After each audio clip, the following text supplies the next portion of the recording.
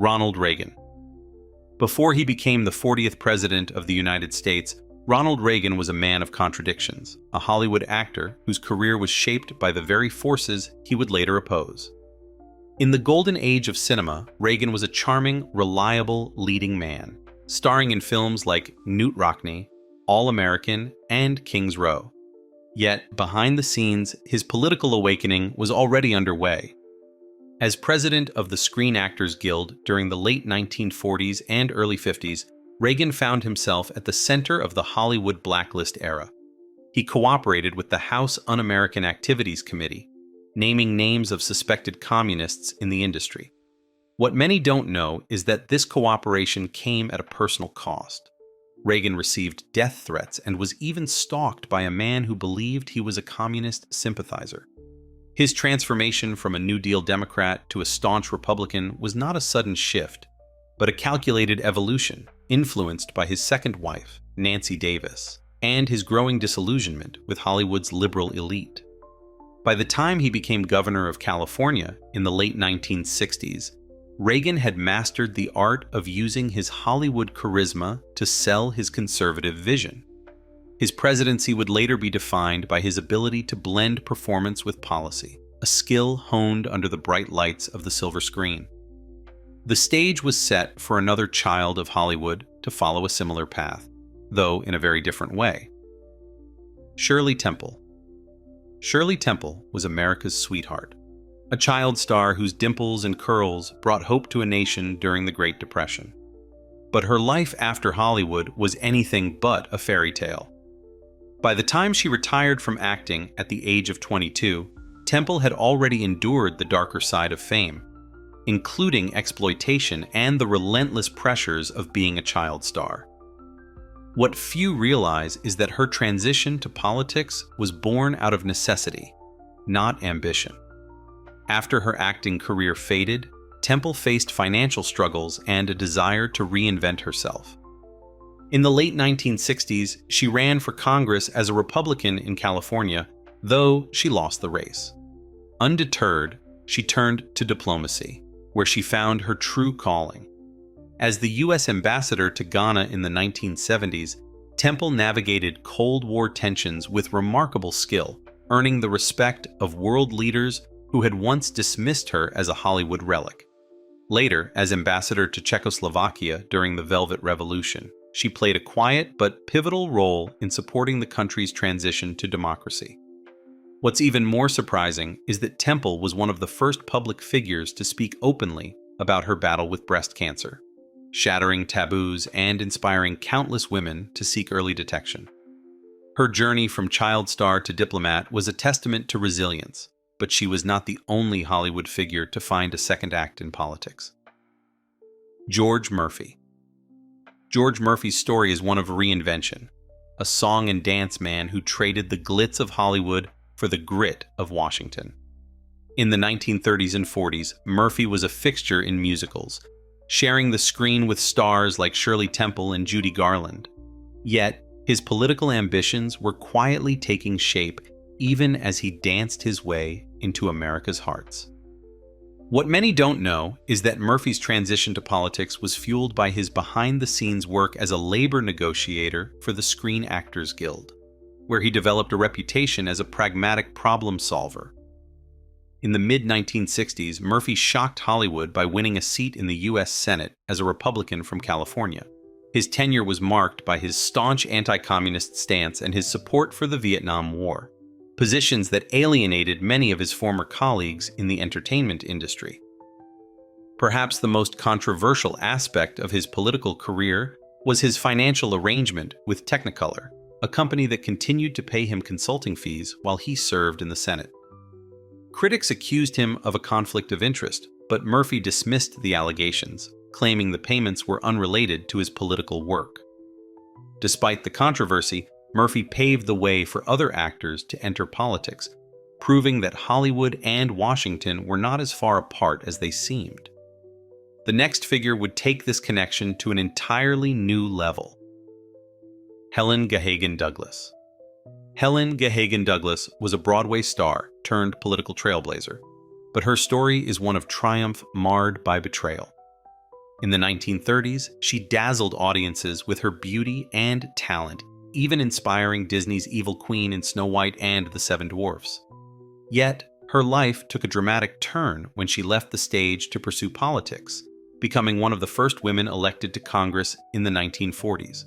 Her progressive ideals and eloquence made her a rising star in the Democratic Party. But her ambition would lead her into one of the most vicious political battles in American history.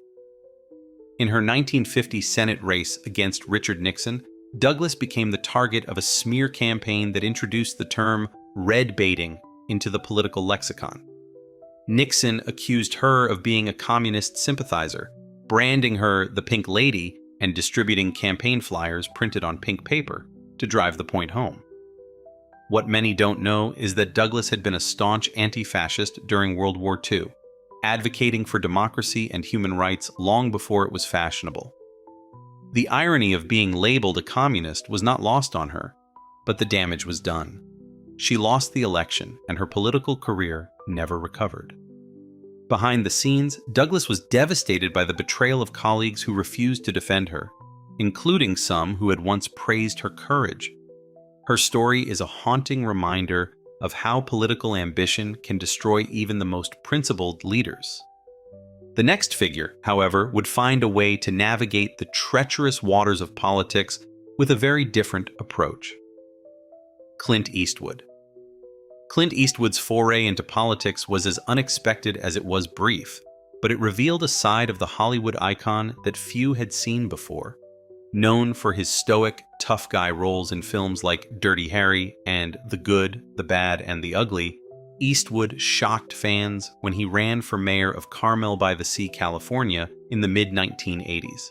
His campaign was not driven by ideology, but by frustration with local bureaucracy. Eastwood, a longtime resident of the small coastal town, was fed up with restrictive zoning laws that he believed stifled local businesses and creativity. What many don't realize is that Eastwood's victory was a landslide, with nearly 3/4 of the vote, a testament to his popularity and the power of his celebrity. As mayor, he implemented practical reforms, including streamlining the permit process and improving public spaces, earning praise even from his critics. Yet, his tenure was not without controversy. Eastwood faced backlash for his decision to allow the construction of a controversial building project that some residents felt would ruin the town's charm.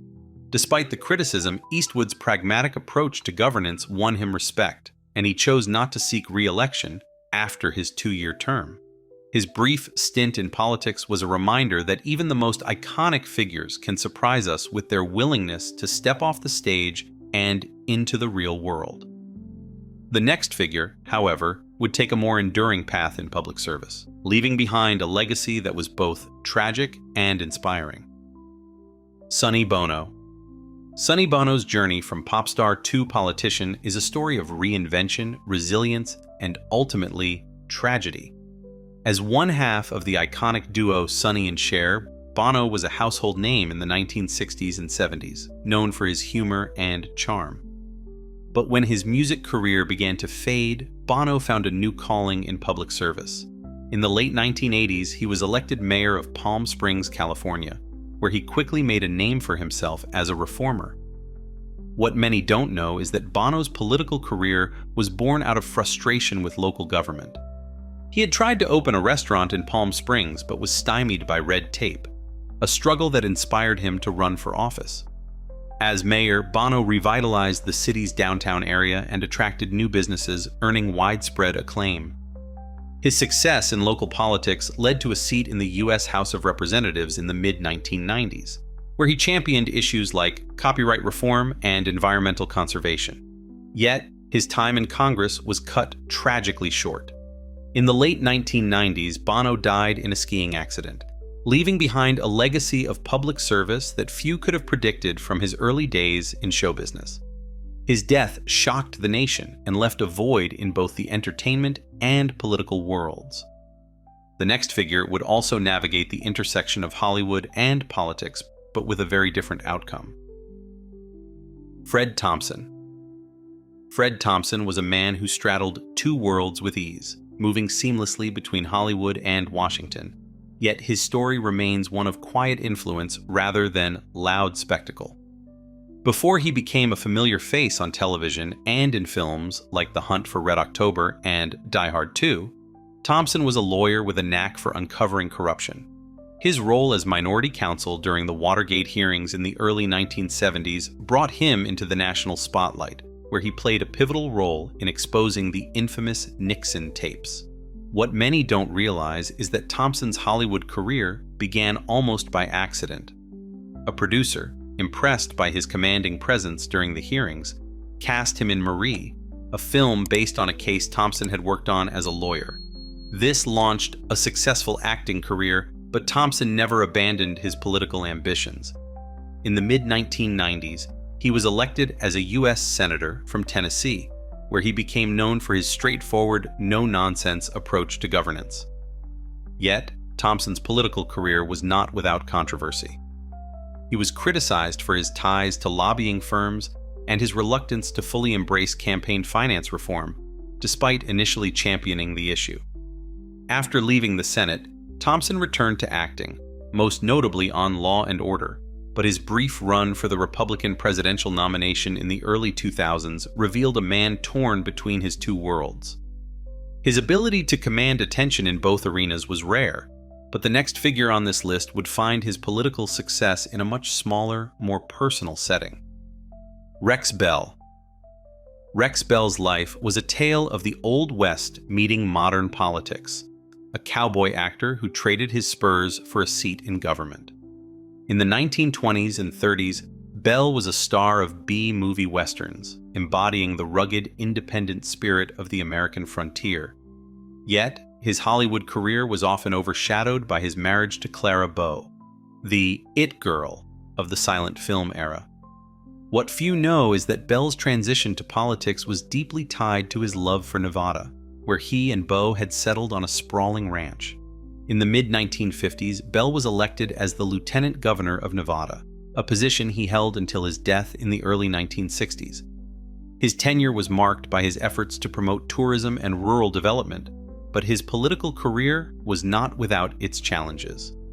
Bell's marriage to Bow, who struggled with mental health issues, was often the subject of public scrutiny, and some critics questioned whether his Hollywood past made him fit for office.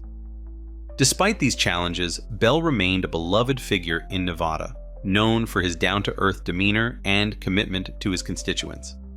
His story is a reminder that even the most unassuming figures can leave a lasting impact, but the next name on this list would take a more global approach to politics. John Davis Lodge.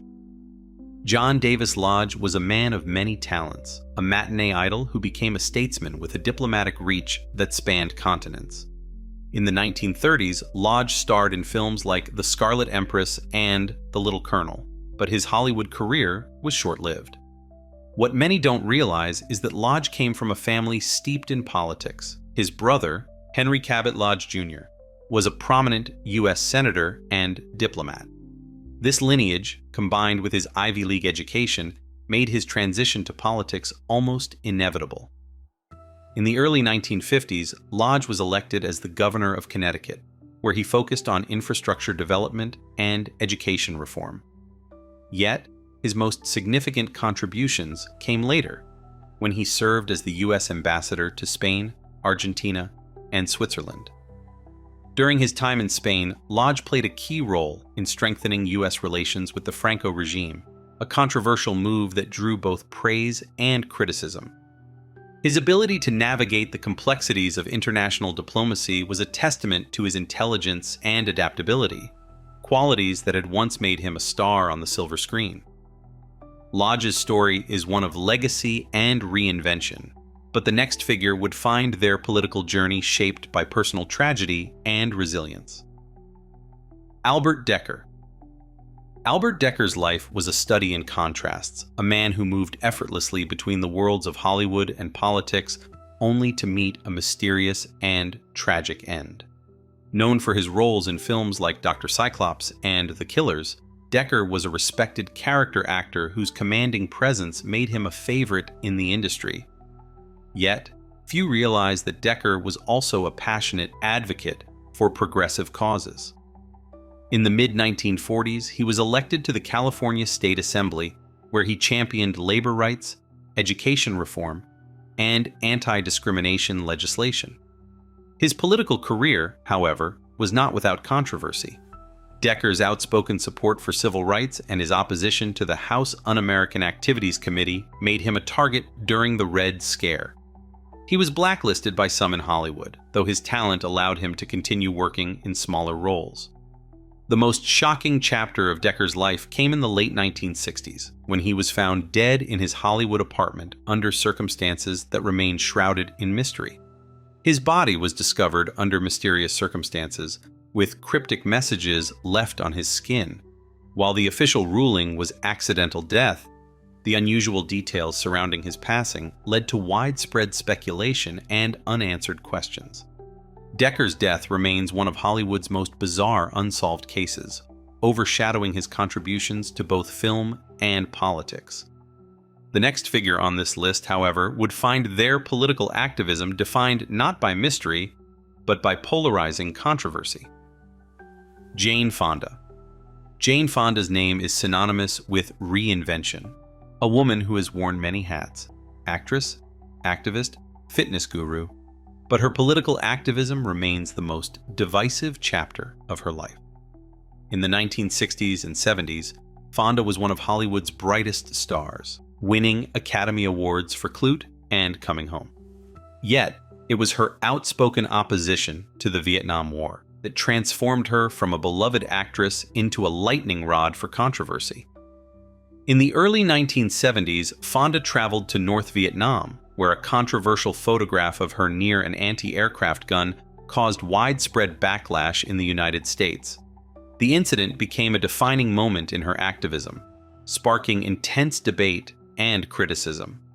What many don't know is that Fonda later admitted the photo was a mistake, though she never wavered in her criticism of the war. Beyond Vietnam, Fonda became a vocal advocate for feminist and environmental causes, using her celebrity to draw attention to issues often ignored by mainstream media. In recent years, she has been arrested multiple times for participating in climate change protests, proving that her commitment to activism has not waned with age. Fonda's ability to provoke both admiration and anger is unparalleled, but the next figure on this list would channel their Hollywood fame into a very different kind of political influence. Charlton Heston. Charlton Heston was a man of epic proportions, both on screen and in the political arena. Known for his iconic roles in films like Ben-Hur and The Ten Commandments, Heston was the embodiment of the classic Hollywood leading man. Yet, his political journey was anything but predictable. In the 1960s, Heston was a vocal supporter of the civil rights movement, marching alongside Martin Luther King Jr., and using his star power to advocate for racial equality. By the 1980s, however, Heston had undergone a dramatic political transformation, becoming a staunch conservative and one of the most prominent defenders of the Second Amendment. As president of the National Rifle Association in the late 1990s and early 2000s, Heston became a polarizing figure. He became widely known for his passionate defense of gun rights during his tenure as president of the National Rifle Association, delivering speeches that solidified his position as a polarizing figure in the debate. What many don't realize is that Heston's shift to conservatism was deeply personal, driven by his disillusionment with Hollywood's liberal elite and his belief in individual freedoms.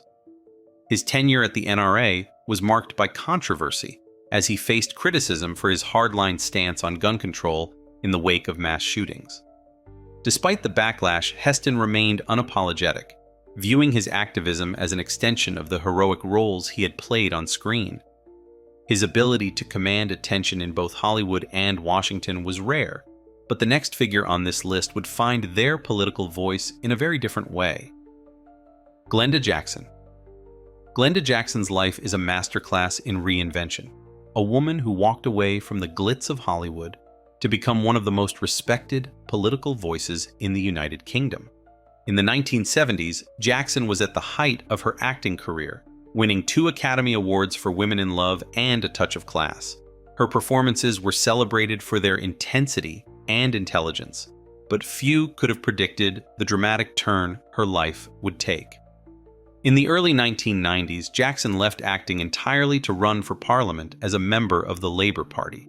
Her decision shocked both fans and colleagues, but Jackson was determined to make a difference. Once elected, she quickly established herself as a fierce advocate for social justice, focusing on issues like housing, public welfare, and education. What many don't know is that Jackson was one of the most vocal critics of Prime Minister Margaret Thatcher, delivering scathing speeches that cemented her reputation as a fearless politician. Later, she turned her ire toward Tony Blair, opposing his decision to support the Iraq War. Jackson's political career spanned over 2 decades, during which she earned a reputation for her unflinching honesty and refusal to play by the rules of traditional politics. After retiring from Parliament, she returned to acting, delivering a stunning performance as King Lear on stage, proving that her talent had not diminished with time. If you enjoyed this video, please leave a like and comment. Also, consider subscribing and hitting the notification bell to get notified of our newest videos. Thanks for watching.